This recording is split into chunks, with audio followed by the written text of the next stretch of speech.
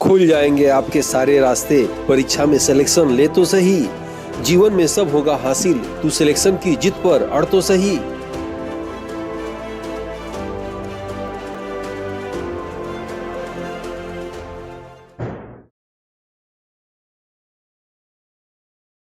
Aditya classes exam गुरु channel में आप सबका स्वागत है। भारत के समान भूगोल के अंतर्गत आज हम लोग की क्लास भारत के बंदरगाह से रहेगा। भारत के प्रमुख बंदरगाह से असिस्टेंट प्रोफेसर की जीएस पेपर की एक क्लास चल रही है। तो आइए शुरू करते हैं इसको। भारत के बंदरगाह, जैसा कि आप जानते होंगे सिलेबस के अनुसार जो भी सिलेबस है हम लोग 18 भारत के समान भूगोल को 18 चैप्टर में समाप्त कर रहे हैं। उसकी जो है एक भाग जो है ये भारत की बंदरगाह है। तो आइए देखते हैं भारत के बंदरगाह के विषय में। जैसा कि आप देख रहे होंगे चित्र में, मानचित्र में आपको देखते क्लियर हो जाता होगा कि ये भारत के बंदरगाह का चित्र है। और इसमें प्रमुख अगर देखा जाए तो वैसे तो भारत में 200 बंदरगाह है लगभग, लेकिन प्रमुख रूप से 13 बंदरगाह जो आपके एग्जाम में पूछे जाते हैं। आपके एग्जाम में पूछा जाए कि 13वां बंदरगाह कौन सा है, तो नीवा सुहा बंदरगाह याद रखिएगा। नीवा सुहा बंदरगाह पंडित नेहरू बंदरगाह जो मुंबई में है, उसके जो है भार को कम करने के लिए भारत में 13वां बंदरगाह की स्थापना किया गया था। ठीक है, तो ये डिटेल इसके विषय में जल परिवहन के विषय में जब पढ़ाए थे वहां भी आपको इस विषय में बताया है, और यहाँ भी थोड़ा आपको रिपीट कर दे रहे हैं। आप देख रहे होंगे कांडला बंदरगाह कहाँ है। कांडला बंदरगाह जो है गुजरात में है। इसका आप नाम जान ही रहे होंगे, पंडित दीनदयाल बंदरगाह नाम पड़ गया है। ठीक है, बांदी नगर यहाँ पे पंडित नेहरू बंदरगाह, न्यूवा सुहा बंदरगाह यही है। मर्मगोवा बंदरगाह आप देख रहे होंगे, न्यू मैंगलोर बंदरगाह, कोच्चि बंदरगाह आप देख रहे होंगे, तुतिकोरिन बंदरगाह तमिलनाडु में है। चेन्नई बंदरगाह आप देख रहे होंगे मद्रास में, एन्नोर बंदरगाह, ठीक है, विशाखापट्टनम बंदरगाह, और ये यहाँ पे जो है पारादीप बंदरगाह है। पारादीप बंदरगाह को जापान बंदरगाह के नाम से भी जाना जाता है। और कलकत्ता में जो है हल्दिया बंदरगाह है। ठीक है, तो आइए इसकी डिटेल इसको देखा जाए, हम लोग एक क्लास के माध्यम से इसको देखा जाए। आप देख रहे होंगे एग्जाम भले ही आपका 1-2 महीने बाद हो, लेकिन आप सबको रेगुलर पढ़ाई करते रहना चाहिए। जो भी अगर आप जुड़े हैं हमारी टीम से तो डेली जो है क्लास, जो क्लास जाते हैं उसको आप देखा करिए। और कभी कभी शहर से बाहर जाने की वजह से ही क्लास नहीं होती है, लेकिन कंटिन्यूअस क्लास तो मैं देता ही रहता हूँ। एक और सूचना देना था कि पीडीएफ अब जो है यूनिट 5 का जो है सभी वीडियो नए सिरे से ले चुके हैं, तो उसका पीडीएफ भी अपलोड कुछ दिन बाद कर दिया जाएगा, यानी 2-3 दिन बाद कर दिया जाएगा। यानी यूनिट 5 के सभी नए वीडियो नए पीडीएफ कर दिए गए हैं, अपडेट कर दिए गए हैं। देखिए आप जानते भी होंगे 21-22 से हम लोग क्लास चला रहे हैं। बार बार अपडेट करके मैं भी थक गया हूँ, बोर हो चुका हूँ। कितनी बार अपडेट करूंगा कोर्स को, आप बताइए। आप भी मेरी जगह पर रहते तो क्या करते, नहीं फिर भी मैं कर रहा हूँ। अब आखिरी बार, इसके बाद अपडेट नहीं करेंगे। अब ये यूनिट 5 का अपडेट कर दे रहे हैं, फिर इसके बाद हम यूनिट 6 शुरू करेंगे, फिर ऐसे आप अगर 2, 3, 4 करेंगे पूरा अपडेट हो जाएगा। करंट अफेयर आप जो है 2024 का ही पढ़िए, मेरी बात मानिए। 2 जनवरी 2024 से लेकर दिसंबर 2024 तक का पूरा current affair line by line याद कर लीजिए, समझ लीजिए। देखिए कुछ चीजें तो रटना पड़ेगा, उसको रटिए। और टेस्ट सीरीज में जितने टेस्ट दिए हैं, सोचिए 1299 लगभग 13,000 टेस्ट दिए गए हैं, और आप उसको दोहराइए बार बार। बहुत ही इंपॉर्टेंट और महत्वपूर्ण टेस्ट होते हैं। मेरे कंटेंट कैसे होते हैं मैं स्वयं नहीं बता सकता। कोई तैयारी करता हो पहले से सिविल की, आज उससे पूछिएगा, वो देखेगा तो आप खुद स्वयं आपको बताएगा। इसलिए मैं कह रहा हूँ कि बार बार आप उसको दोहराइए। अपनी तारीफ में स्वयं अच्छा नहीं लगता, ना मैं अपनी तारीफ सुनना पसंद करता हूँ, तो बेटर होगा बार बार उसको दोहराइए। एग्जाम तो होगा ही, अपने सब्जेक्ट का जो आपका सब्जेक्ट हो, सब्जेक्ट को भी बार बार दोहरा दीजिए। और टल गया है तो और मौका आपको अच्छा मिल गया, उसे दोहराइए, उसका लाभ उठाइए। ठीक है, आइए शुरू करते हैं भारत के बंदरगाह को। जैसे आप देख रहे होंगे भारत का 13वां बंदरगाह न्यूवा सुहा बंदरगाह मुंबई में है। ठीक है, इसके विषय में प्रश्न आ चुका है। ये भारत में प्राकृतिक बंदरगाह की श्रेणी में कांडला बंदरगाह गुजरात में है, पंडित नेहरू बंदरगाह मुंबई में है, कोच्चि बंदरगाह जो है केरल में है, और विशाखापट्टनम बंदरगाह जो है आंध्र प्रदेश का नाम आता है। ठीक है, और जैसे प्राकृतिक बंदरगाह कृत्रिम बंदरगाह में जैसे नाम से भी क्लियर हो जा रहा होगा, प्राकृतिक बंदरगाह मतलब सदियों से प्राचीनतम वो बंदरगाह है, शायद प्रकृति ने उसको बना दिया हो। ठीक है, वो बंदरगाह जैसे आप जानते होंगे ताम्रलिप्ति बंदरगाह पश्चिम बंगाल में है, वहां से प्रयोग होता था, याद रखिएगा। भड़ोच बंदरगाह गुजरात से, यानी कुछ बंदरगाह जो है प्राचीन काल से 16 महाजनपद से देखा जाए वहां से जो है चलते आ रहे हैं। तो जैसे आप हड़प्पा सभ्यता में पढ़ते होंगे लोथल बंदरगाह, तो कुछ प्राकृतिक बंदरगाह है जिसको प्रकृति ने बना दिया है। तो कभी कोई पूछता है निम्नलिखित में से कौन प्राकृतिक बंदरगाह नहीं है, अब इसमें से क्या करेगा कि 4 प्राकृतिक बंदरगाह का नाम दे दिया इसमें से, और आपको एक छांटना रहेगा। तो प्रश्न ऐसे भी लोग बना सकते हैं। ठीक है, नेक्स्ट आइए देखा जाए। कोलकाता बंदरगाह को भारत का पूर्वी प्रवेश द्वार कहा जाता है। ठीक है, विशाखापट्टनम बंदरगाह आंध्र प्रदेश में वर्तमान में भारत का सबसे गहरा बंदरगाह है। याद रखिएगा, पूछा जा सकता है सबसे गहरा बंदरगाह कौन सा का है, तो विशाखापट्टनम है। ठीक है। पारादीप बंदरगाह उड़ीसा में है, भारत का दूसरा सबसे गहरा बंदरगाह है। ठीक है। पंडित नेहरू बंदरगाह मुंबई को भारत का पश्चिम प्रवेश द्वार के नाम से भी जाना जाता है। भारत के परिवहन के अंतर्गत जल परिवहन में इस अध्याय को डिटेल हम बता चुके हैं, बताए भी थे आपको। अब आइए इसमें देखा जाए हम लोग कि अगर आपके एग्जाम में पूछ दे कि ये पूरा भारत का नक्शा, जैसा कि आप देख रहे होंगे, ये भारत का कंप्लीट नक्शा है। अरब सागर है, हिंद महासागर और ये बंगाल की खाड़ी है। ठीक है। और तटीय राज्यों की संख्या कितनी है? 9। तटीय राज्यों की संख्या 9 है। भारत में कुल राज्यों की संख्या आप जानते होंगे 28 है और केंद्र शासित राज्यों की संख्या 8 है। ये याद रखिएगा, अभी कुछ वर्षों तक ये चेंज नहीं होने वाला है। ठीक है। अब यहाँ देखेंगे, अगर आपके एग्जाम में पूछ दे कि अंतर्राष्ट्रीय सीमा सबसे कम भारत का किस देश के साथ मिलता है, तो याद रखिएगा अफगानिस्तान के साथ मिलता है। आंसर क्या देंगे? अफगानिस्तान के साथ देंगे। पूछेगा कितना, तो 106 किलोमीटर। ठीक है, भूलेगा नहीं।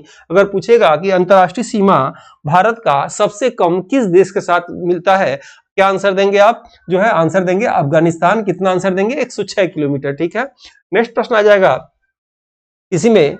यहां देखिए कि सबसे लंबी समुद्री सीमा वाला राज्य कौन सा है? सबसे अधिक समुद्री सीमा वाला राज्य आप देख रहे होंगे ये, तो सबसे अधिक समुद्री सीमा वाला राज्य कौन सा हो जाएगा? गुजरात हो जाएगा। ठीक है। यही प्रश्न अंतर्राष्ट्रीय स्तर पे, बल्कि अंतर्राष्ट्रीय स्तर पे विश्व का भूगोल तो नहीं है, आपके एग्जाम में नहीं आना चाहिए, लेकिन आपसे वैसे मौखिक जानिए कि विश्व में किस देश की समुद्री सीमा सबसे लंबी है, याद रखिएगा अधिक है, तो याद रखिएगा कनाडा देश का है। ठीक है। कनाडा देश का सबसे अधिक समुद्री सीमा है। नेक्स्ट आप देखेंगे सबसे छोटी समुद्री सीमा वाला राज्य कौन सा है, तो गोवा है। याद रखिएगा सबसे छोटी समुद्री सीमा वाला राज्य क्या आंसर लगाएंगे? गोवा आंसर लगाएंगे अपने एग्जाम में। ठीक है। भारतीय द्वीपीय राज्य याद रखिएगा लक्षद्वीप। ठीक है। 36 द्वीप है लक्षद्वीप में। लक्षद्वीप का मिनिकॉय द्वीप भारत का सबसे जो है सबसे दूर द्वीप है। ठीक है। मिनिकॉय के बाद मालदीव पड़ जाता है। मालदीव की राजधानी माले है। और एशिया, याद रखिएगा एशिया महाद्वीप का जनसंख्या में और क्षेत्रफल में सबसे छोटा देश कौन सा है? मालदीव है। ठीक है, याद रखेंगे आप। लक्षद्वीप की भाषा कभी पूछता है तो लक्षद्वीप की भाषा आप क्या लगाएंगे? मलयालम। ठीक है। केरल की भाषा क्या है? तो केरल की भाषा भी क्या है? मलयालम। ठीक है, आप याद रखेंगे आप। तो यहां कह रहा है कि भारत के सीमा से सबसे दूर जो है अगर कोई द्वीप है या भारत का सीमा है, उसका नाम क्या है? मिनिकॉय द्वीप है। याद रखेंगे आप। नेक्स्ट आप देखेंगे अंतर्राष्ट्रीय सीमा सबसे अधिक किस देश के साथ? यहां आपने देखा कि भारत की अंतर्राष्ट्रीय सीमा सबसे कम अफगानिस्तान के साथ 106 किलोमीटर।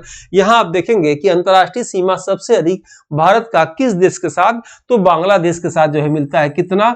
4096 किलोमीटर। जैसा कि आप देख रहे होंगे, ये अंतर्राष्ट्रीय सीमा जो है सबसे लंबा अगर भारत का किसी के साथ पूछ दिया आपके एग्जाम में, तो कौन सा आंसर गोला करेंगे? बांग्लादेश वाला करिएगा। कितना आंसर आएगा? 4096 किलोमीटर। ठीक है।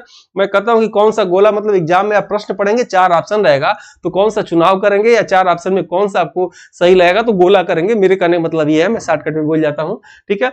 नेक्स्ट आप देखेंगे, अगर पूछा जाए आपके एग्जाम में कि पूर्वी तट पर, ठीक है, पूर्वी तट पर, यहां एक फिर से समझ लीजिए, किसी भी नक्शा को देखने के लिए, वैसे आप जानते भी, फिर मैं बता दूं, मैं ये मान के चल रहा हूं कि आपको नहीं आ रहा है, किसी भी क्लासरूम में, कहीं भी, अपने घर में भी जहां आप बैठे हो, तो जो आप मान लीजिए यहां आप खड़े हैं, तो जो आपके ऊपर वाला होगा, तो ऊ से ऊपर, ऊ से उत्तर, ऊपर वाला हमेशा क्या हो जाएगा? उत्तर हो जाएगा। और दाहिने वाला हमेशा पूरब होगा। याद रखिएगा, राइट वाला क्या होगा? पूरब होगा, ईस्ट होगा। तो ये इसका ऊपर ऊपर उत्तर है, इसका उल्टा दक्षिण क्या होगा? साउथ नीचे हो जाएगा। ठीक है। और अगर ईस्ट है तो इसका उल्टा क्या हो जाएगा? वेस्ट ये हो जाएगा। इस कर लेंगे, यानी 2 दिशा याद रखना, उत्तर और पूरब, उत्तर और पूरब, यह याद रखना आपको। ठीक है। तो इस हिसाब से ये नक्शा ऐसे हुआ, तो ये इसका उत्तर हुआ, ये उत्तर भाग हो गया। ठीक है। ये नीचे क्या हो जाएगा? नीचे आपका दक्षिण भाग हो जाएगा। ये क्या हो जाएगा? पूरब हो जाएगा। और ये क्या हो जाएगा? पश्चिम हो जाएगा। ठीक है। अब आपको जानते होंगे, फिर भी जानिए, ये भारत का पूर्वी तट है। ठीक है। कौन सा तट है? पूर्वी तट है समुद्र का। ये भारत का पश्चिमी तट है। ठीक है, क्लियर है। यहाँ आप देखेंगे पूर्वी तट को, यहाँ से यहाँ तक के क्षेत्र को कहा जाता है कोरोमंडल तट। क्या कहते हैं? कोरोमंडल तट। ठीक है, बिल्कुल याद होना चाहिए, क्योंकि प्रश्न ये नाम लेके प्रश्न आता है, ये समझाएगा नहीं एग्जाम में। उसके बाद यहाँ से यहाँ के तट को क्या बोलते हैं?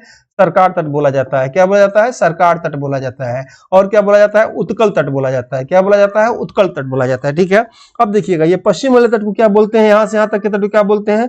मालवाड़ तट बोला जाता है। क्या बोला जाता है? मालवाड़ तट बोला जाता है। और ऊपर वाले क्षेत्र को क्या बोलते हैं? कुंकड़ तट बोला जाता है। क्या बोला जाता है? कुंकड़ तट बोला जाता है। अब यहाँ देखिए लिखा हुआ है पूर्वी तट का सबसे छोटी समुद्री सीमा वाला राज्य। ठीक है, फिर से देख लीजिए, पूर्वी तट पर सबसे छोटी समुद्री सीमा वाला राज्य क्या नाम हो जाएगा? पश्चिम बंगाल। क्या नाम होगा? पश्चिम बंगाल। ठीक है, फिर देखेंगे पूर्वी तट पर सबसे लंबी समुद्री सीमा वाला राज्य आंध्र प्रदेश। ठीक है, अगर पूर्वी तट पूछेगा, अगर ऐसे पूरे भारत में पूछेगा तो सबसे अधिक समुद्री सीमा वाला तो क्या लगाएंगे? गुजरात। और सबसे कम पूछेगा भारत में तो गोवा लगाएंगे।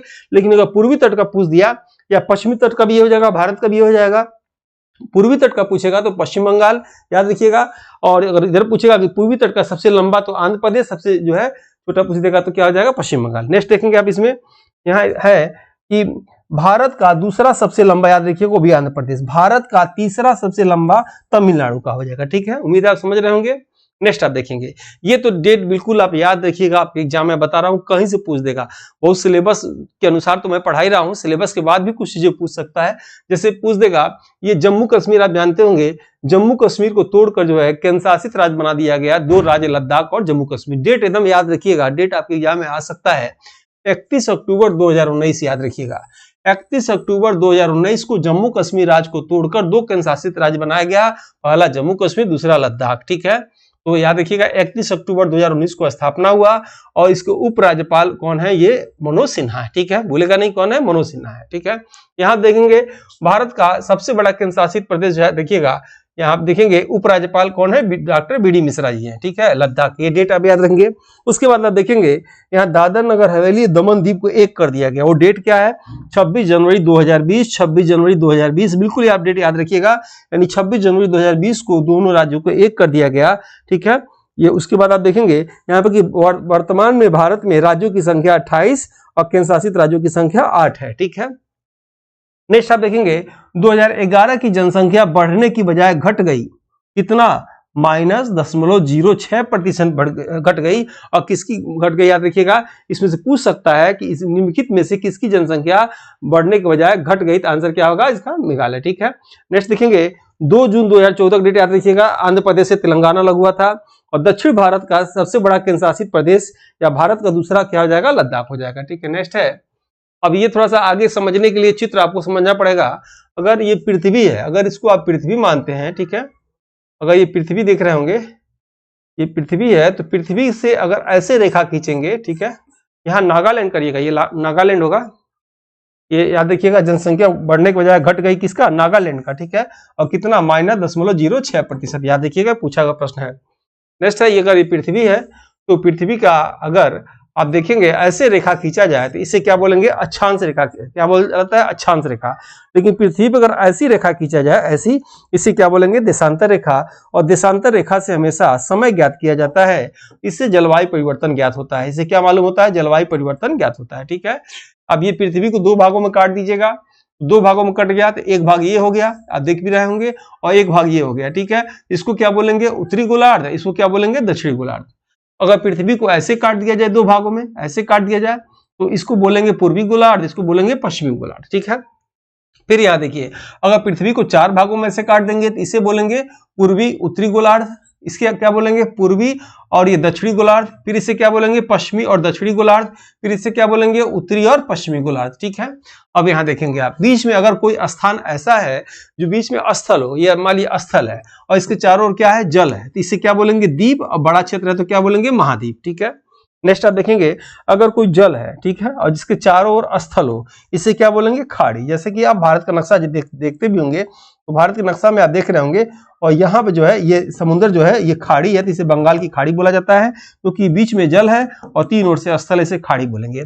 इसी का उल्टा अगर मान लीजिए बीच में स्थल हो और इसके 3 ओर जल हो, तो इसे क्या बोलेंगे? प्रादीप। जैसे ये देखेंगे आप, दक्षिण भारत को प्रादीप भारत भी कहा जाता है, क्योंकि 3 ओर, इधर अरब सागर, इधर हिंद महासागर और इधर क्या है? बंगाल की खाड़ी। 3 ओर क्या है? जल है, इधर प्रादीप कहा जाता है। और कोई ऐसा स्थल हो जिसके चारों ओर भी स्थल हो, इसे भू आवेष्टित स्थल के नाम से जाना जाता है। ठीक है, वैसे आप मेरी क्लास को पढ़ने से पहले ये वाली बुक ले लेंगे, थियरी वाली, तो आपको काम आएगा। और ये बुक लेना चाहिए, 1 लाइनर फॉर्म में है, एग्जाम भी समय मिल गया है, जरूर लेके इसको पढ़ना चाहिए। ये गागर में सागर है, 1.5 वर्ष लग गया इसको लिखने में। मैं आपको कुछ बताना चाहता हूँ अपने क्लास के विषय में। जैसा कि आप देख रहे होंगे कि ये बुक है, आपको ये बुक ले लेना चाहिए और इस प्रैक्टिस करने वाली बुक है। इसमें 50 सेट है, पूरा आयोग का सिलेबस के अनुसार ये बुक ही बना दिया गया है, यानी जीएस पेपर के लिए आयोग के सिलेबस के आधार पर 50 सेट इसमें बना दिए गए हैं। ये हिंदी और इंग्लिश दोनों में है, याद रखिएगा। ये वन लाइनर थ्योरी बुक है, सिर्फ हिंदी में है, 2 से 6 यूनिट है और बिखरे हुए चुनिंदा तथ्यों का महत्वपूर्ण संगठन है इन दोनों पुस्तकों में। अक्सर परीक्षा में पूछे जाने वाले तथ्यों पर आधारित है, याद रखिएगा। सिलेबस के अनुसार महत्वपूर्ण और सटीक जानकारी इसमें दी गई है। एक दशक के अनुभव को पुस्तक के रूप में संकलित करने का प्रयास जो पाठ्यक्रम के अनुसार है। सिलेबस जल्दी खत्म और रिवाइज करने का असरदार विकल्प है, यानी यहाँ थ्योरी पढ़िए, इसमें से चैप्टर क्वेश्चन हल करिए। उसके बाद प्रत्येक थ्योरी चैप्टर के बाद उसके 30 एमसीक्यू प्रैक्टिस सेट भी दिए गए हैं। अपडेटेड तथ्य हैं, यूनिट 2 से 6 तक के हैं, इसमें याद रखिएगा। बुक यदि मैं दिखाना चाहूँ तो मेरे हिसाब से पहले आपको इससे प्रैक्टिस करना चाहिए, इस वाले बुक से, और बिल्कुल ऑनलाइन फॉर्म में है। और इसमें जो है फिर आपको जो है इससे ऑनलाइन वो चैप्टर पढ़िए, फिर उस चैप्टर का इससे जो है आपको प्रैक्टिस करना चाहिए, इसमें प्रैक्टिस कर सकते हैं। इसी के नीचे जो है आप देख रहे होंगे आंसर भी दिया हुआ है, हिंदी इंग्लिश फॉर्म में दिया हुआ है, ठीक है। और हमारे सबसे सस्ता आपसे बता रहे हैं, सबसे सस्ता और सबसे अच्छा आप देख रहे होंगे 1299 में 12,999 टेस्ट हैं। आप देख सकते हैं, डीमो टेस्ट देने के बाद परचेज कर सकते हैं। ये टेस्ट सीरीज आपको मौका मिल गया, ले लेना चाहिए। अभ्यास करने से पूर्णता आती है। जो गलती आप एग्जाम सेंटर में करेंगे वो गलती इस टेस्ट सीरीज में करेंगे, वो गलतियां आपके एग्जाम सेंटर में ताकत बनकर आपको जीत दिलाएगी, याद रखिएगा। टेस्ट सीरीज के विषय में बताना चाहूंगा। इस टेस्ट में आपको क्या मिलेगा, ई पीडीएफ मिलेगा, उसी ई पीडीएफ पे वीडियो मिलेंगे, उसी वीडियो पे टेस्ट मिलेंगे, फिर आपको फाइनल टेस्ट मिलेगा, तब जाकर जीएस पेपर में 100% पूर्णता आएगी, याद रखिएगा। इसकी वैलिडिटी आखिरी दिन तक है, एग्जाम के डेट तक है। इस कोर्स के साथ फ्री में क्या मिलेगा, प्रैक्टिस सेट, आपको डेली टेस्ट होता है रेगुलर, साल भर पेपर मिलेगा, मॉडल पेपर, ठीक है। उसके बाद क्लासेस रिकॉर्डिंग मिलेगा, ई पीडीएफ मिलेगा, बुक में जो भी है, सिलेबस वाइज टेस्ट और यूनिट वाइज टेस्ट मिलेगा। और इसके लिए आप देख रहे होंगे कि हर यूनिट में उसकी video, class notes, class test और फाइनल टेस्ट ये बना हुआ है, आप देख कर ही परचेज कर सकते हैं। टेस्ट सीरीज के रूप में ऐसे आएगा, जो भी गलत सही हो आप देख सकते हैं, उसमें पीडीएफ ई नोट्स ऐसे आप देख सकते हैं, ठीक है। और अपनी गलतियों को एग्जाम सेंटर से पहले प्रैक्टिस करके सुधारें, ताकि वो गलतियां आप एग्जाम सेंटर में ताकत बनकर आपको जीत दिलाए। है तो 1999 इसका रेट, लेकिन 1299 में इसको दिया जा रहा है अभी ऑफर के अनुसार, ठीक है। और ये हमारा ग्रुप है, अब जुड़ने जाना चाहिए आपको। ये व्हाट्सएप ग्रुप है, ये टेलीग्राम ग्रुप है। टेलीग्राम ग्रुप पे फ्री में टेस्ट होना शुरू हो गया, फिर से आपको जो है जुड़ जाना चाहिए। और अगर कोई मैसेज करते हैं हाय लिखकर, तो ये आपको लिख के आपके सामने आएगा। एक में आप चाहें तो कम्बो पैक खरीद सकते हैं, इससे क्लिक करेंगे तो वन लाइनर थ्योरी बुक खरीद सकते हैं, इससे 50 सेट प्रैक्टिस सेट खरीद सकते हैं, इससे आप जाकर टेस्ट सीरीज दे सकते हैं। सब कुछ जैसे इसमें दिया हुआ है, आप देख के इसको समझ सकते हैं, ठीक है। इसी के साथ जो है आज की क्लास समाप्त करते हैं। मिलते हैं हम लोग नेक्स्ट वीडियो में, तब तक के लिए जय हिंद, जय भारत।